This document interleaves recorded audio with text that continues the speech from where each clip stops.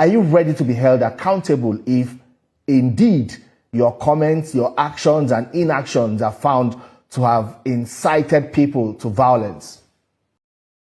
I understand the system in Nigeria. I understand very well that if they want to arrest anybody or if they want to lay allegation on you, if they want to take you to court, they will use a media house to interview you and extract some things that you say. They will use it to go and file charges. It has happened so many times. It happens against Nnamdi Kanu, even more in the show, even time in the past. It happens to Simon Ekpa. It happens to so many people. I'm just trying to tell you that there is a system that Nigeria use. So if they are suspecting you that you are doing something that they don't like or the system doesn't like, they will ask a media house to, get you an interview. Maybe they will ask, someone will come and lay allegation on you. Then they will not ask to come and respond to this allegation. So that was what happened to Alex Barbir. Alex Barbir, you remember Tinubu's aide came to TVC News and told the whole world that they deported Alex Barbir because he's trying to do what some persons did in Uganda and so on and so forth. So they now invited Alex Barbir, come and respond to what this lady is saying. So Alex Barbir came and, the interview was explosive. I'm still waiting to see the video on TVC News. I didn't see, so I took it from Alex Barbir to repost it. And, that was an ambush, but the guy is smart and, it's not about smartness. It is when your conscience is clean, and when you are truthful. Like, you wake me up in the morning to ask me question about anything. I don't have to think. I'll give it straight to you because when you are saying the truth, when you are doing the right thing, not from a political influence or religious influence, or you are induced, when you are free from all these things, even though someone is asking you a question, you don't feel like you need to think about something. You give it raw the way it came. So that was what happened in this interview. Please, it's very important. Pay attention and watch it to the end. Are you ready to be held accountable if indeed your comments, your actions and inactions are found to have incited people to violence? Which laws have been broken, can I ask? Well, and even more so, which incitement to violence has been done? I appreciate the prior remarks and context regarding different issues in Nigeria. I would say that it's despicable to try to compare me to anything in Rwanda. It truly is disgusting. When have I called to murder one person? I have never once called for anybody to be murdered. I have called for people to be protected. That the government Alex, is not doing their job. Alex, maybe not directly. Slaughtered. Maybe not directly. Maybe not directly calling for revenge attacks, but from what you're telling the people, they get more agitated, and this leads to defend themselves. Violence. Yes, killing. To defend themselves. But we have the government and security Could you not agencies. Protect your own daughter and son from being killed by terrorists? Is that wrong? Is that harmful rhetoric? To protect your families from terrorists? Because it's Christians that we're saying to protect themselves? Everybody should protect themselves. And anybody in their right mind, if they are being threatened, if their daughter, mother, father, anybody is being threatened to be killed, it is their right to protect themselves. If you cannot live in peace and you cannot protect yourself, what country is this? I mean, if you can't live, what is that? Anybody in their right mind would not want their families to be killed. And that's all I call for. If the government is failing to protect you, you should protect yourselves from people who would take your life. There's nothing wrong about that. There's nothing breaking a law about that. There's nothing evil in that. And from my understanding, even in Muslim and Christianity, you should protect yourself from threats. I'm not saying to go and take up arms and go murder the government. I've never called for that. I've never called for anybody to be murdered. I've never called to do anything regarding the government. I said, protect yourselves from people who would threaten your life. Well, there's nothing wrong with that. No law has been broken. There are also claims that there was a meeting you held with the local population, and after, talking to them, there was a reprisal, a revenge attack that also led to the death of two other people in Plateau State. That was already done before I arrived. What I noticed was the burning in the fire. The people had taken revenge, and that fire was actually where the attack happened, which I found out after I had left Angwarukuba. So they had killed two people, innocent people that were Muslims from what I was told, in revenge for the original attack. And those two people were in Akeke, from what I was told. And so they were killed before I arrived. So it's a false narrative to try to say, oh, because this person came that they went and did this. For 2 decades, have Christians not taken revenge after being attacked in Jos? This is nothing new. It's been happening for 20 years. You know, let me tell you this. The founder of the ministry that I work with in Jos, he was murdered by Muslims in front of the university. He was on the way back from a funeral because it was the middle of a crisis. He was cut into pieces. Well, His body parts into pieces in the middle of a crisis. This was 7, 8 years ago. I wasn't there. So it's a false narrative to try to say that, oh, because a white man came, all of a sudden people are killing people.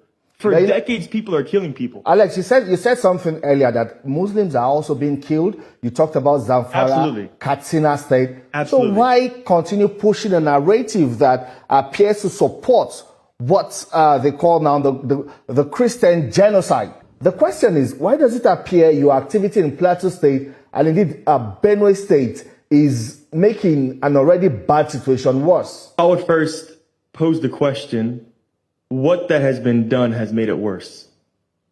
Well, your comments and the rhetorics you're pushing, calling on the local population to defend themselves. Yeah, so I don't really see which comment has been insightful. You know, I have called that, one, the terrorism should end, that the government should be doing everything in their power to protect innocent people, Muslim and Christian alike. I've been very vocal about, obviously, the Christians who are being killed across Plateau, Benue, Taraba, those types of states. But I've never rejected, and I've directly talked about the violence happening in Zamfara, in Katsina, in Sokoto, and Kwara. I mean, the ones who were killed in the Woro massacre, which you're very aware about, were primarily Muslim people. You know, there's still hundreds of people that are in captivity that were kidnapped, both in Kwara and then also, you know, we saw recently with ISWAP in Boko Haram in Borno State, hundreds of people that are still in captivity. And so the things that I have said, I would say that I would ask people to show me and tell me specifically what rhetoric and what words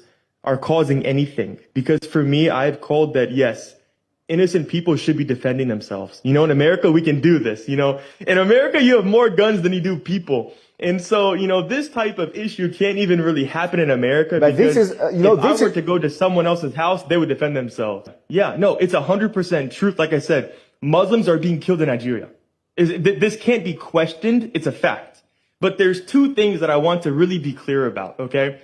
If you say that Christians are being killed and there may be a Christian genocide, that doesn't mean that Muslims are not being killed in Nigeria. And so I want to be very clear about that. What I am saying and what I have seen with my own eyes and what I've heard from Christians and Muslims alike in Nigeria, there's two things.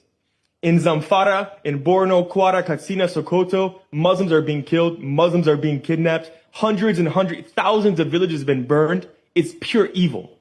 Across the Middle Belt, specifically in Plateau, Kaduna, Benue, Taraba, the truth is that Christians are directly being targeted.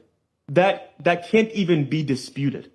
And the question that I would ask is, if this is not the case, how many Muslims and how many Fulani people have been killed? How many of their villages have been burned in these states? So again, I'm only referring to Plateau, Taraba, Benue, Kaduna, those places. Fulani cattle herders are not killing their own people. They're not burning their own villages. They're going and targeting Christians in their villages. And so that is why we are saying, okay, in these states, Christians are being targeted. We're not saying Muslims are not being killed and Muslims are not suffering across Nigeria, because they are. That's the truth. It's a fact. And I've never said anything different than that. All right, Alex, I would ask you now, it has been alleged that, you know, you're serving the interest of foreign influences. How do you explain allegations that, you know, you were invited by a certain aide to the former governor of Benue State to push certain political agenda in Nigeria? If I were to respond to every allegation, I would never move from a newsroom. The reality is that people will continue to allege anything they desire, anything they think. And what I would say is, if you want to allege something, then there needs to be evidence or proof of such. You can't just say that I'm going to allege that this person is this person is that, this person has done that, but I have no proof of that actually being done.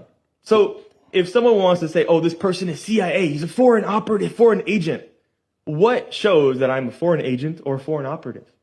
Well, Is Alex, there any type of proof or evidence at all? And even more so, which CIA operative or foreign agent is in the public eye? I mean, everything about me is public. I don't try to hide anything. You can see my life, my history, where I played football, what state I'm from, where I do work, what countries I go to, what I've built. I'm very open. I have nothing to hide. So it's on the burden of the people to show proof, not for me to disprove false allegations with no proof. all right, countries. Is this about a push for Nigeria's mineral resources, or it is truly about peace and finding lasting solutions to the conflict? And how exactly are you even working with government whose primary responsibility is to ensure the safety of lives and property? Which minerals have I sought? I haven't done anything regarding any minerals. I've never made comments regarding minerals. I've never touched a mineral. I build churches. I build schools. I rebuild villages that have been burned. I stand for the oppressed. I stand for freedom. I stand for the innocent people to protect themselves from terrorists and people that would take their lives. I've never discussed minerals. I have no interest in minerals. I don't even know what minerals there are in Nigeria. I know there's tin because I saw tin miners mining in Ladi.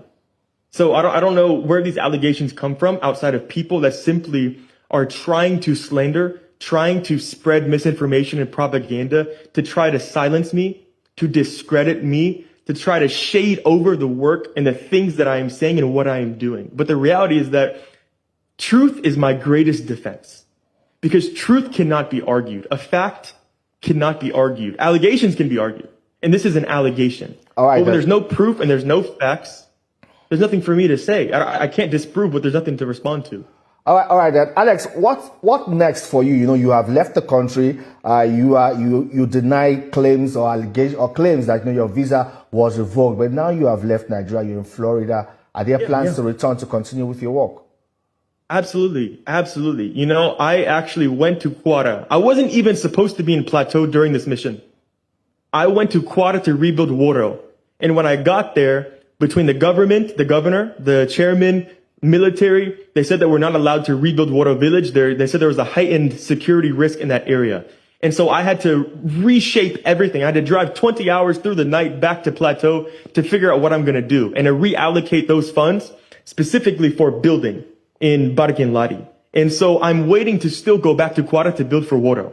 I have money specifically for that in the account for rebuilding. And so we're currently drilling. We're rebuilding a village in Ladi. And so we even did some building in Kebbi. And so, yes, I absolutely have plans to be coming back to continue that work. You know, that is what I do. And I'm waiting to go to Woro. Alex, who is funding you? Who's funding your works? Yeah, absolutely. I'm very open about this. So in America, when it comes to nonprofits, the primary people that fund these types of organizations are, one, you have individual people that give to charity. That's how nonprofits are primarily funded. Two, you have churches that give, and then you have also organizations that give. And so you have three pools of people that if they believe in what you're doing, they believe in the work that you're doing and how it's being done or whatever it is, then they support you with funds. This is how it works in America and what do they want countries all around the world. And what do they want in return?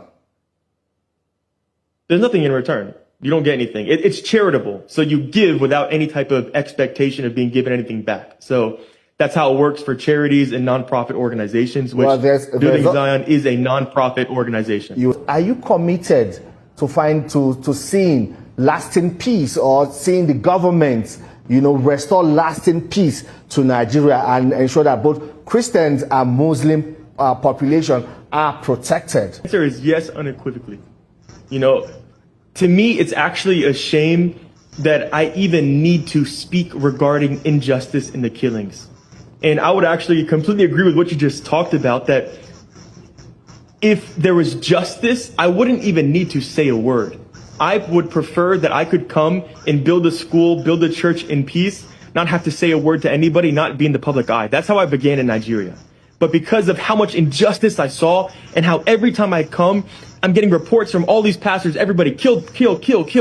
I'm like, how can I be silent? And so when I see those things, I'm like, truth needs to be told, justice needs to be served, and we need to speak for the innocent, speak for the oppressed. And so I am on the side of peace. I wish there was peace. I wish Muslim and Christian alike that people did not have to be killed. Whether I disagree with your beliefs or not, that's okay. I'm not going to kill you because I disagree.